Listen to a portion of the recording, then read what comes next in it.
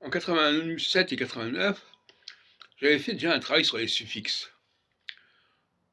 Dans un mémoire, dans une thèse de doctorat, qui avait été approuvée par monsieur Calvé, mais qui avait été rejetée par un rapporteur abusif, qui m'avait empêché de soutenir à ce moment-là.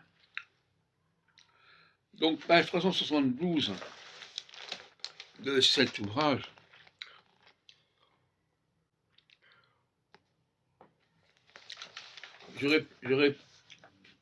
j'ai rassemblé tous les suffixes,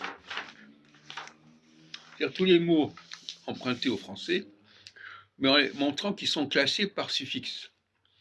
Et je n'avais pas tiré toutes les conclusions de cela. Donc je vais vous d'abord lire toutes les catégories que j'avais développées. Le groupe ON, le groupe URE, le groupe ET, le groupe AGE, le groupe ADE, le groupe ANCE, le groupe ANT, le groupe E accent aigu et le groupe ARD. Bon, pour chaque groupe, je rassemblais une vingtaine ou une trentaine de mots. Pour le groupe URE, je vois qu'il y avait nature, posture, gesture, forfaiture, pasture, nature, caricature. Le groupe ON, vous avez Mason, Guéridon, Chignon,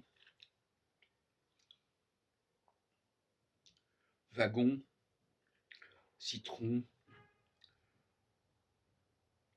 Comparaison. Alors, ce sont des age, par exemple, beverage, vinage, age, barrage, page, comme le mot page, page, un mot typiquement français, qui devient en anglais, alors ça s'écrit page comme en français, mais ça se prononce page et pas page. Donc c'est un barbarisme moral, comme dit dans une autre vidéo.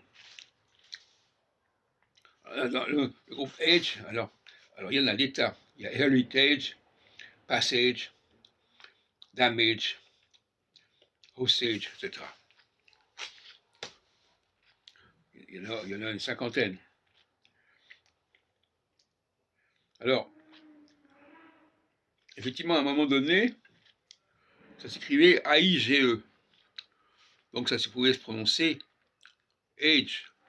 Donc là, c'est pas un barbarisme moral. Si c'est écrit comment, si ça se prononce comme en français, c'est pas un barbarisme moral. Effectivement, dans ce cas-là précis. En revanche, c'est quand même un emprunt manifeste. Par contre, pour URE, là, URE, il n'y a pas de discussion. Le français n'a jamais dit nature, il dit nature. Il n'a jamais dit furniture, il n'a jamais dit le mot pur, par exemple, pur, P-U-R-E.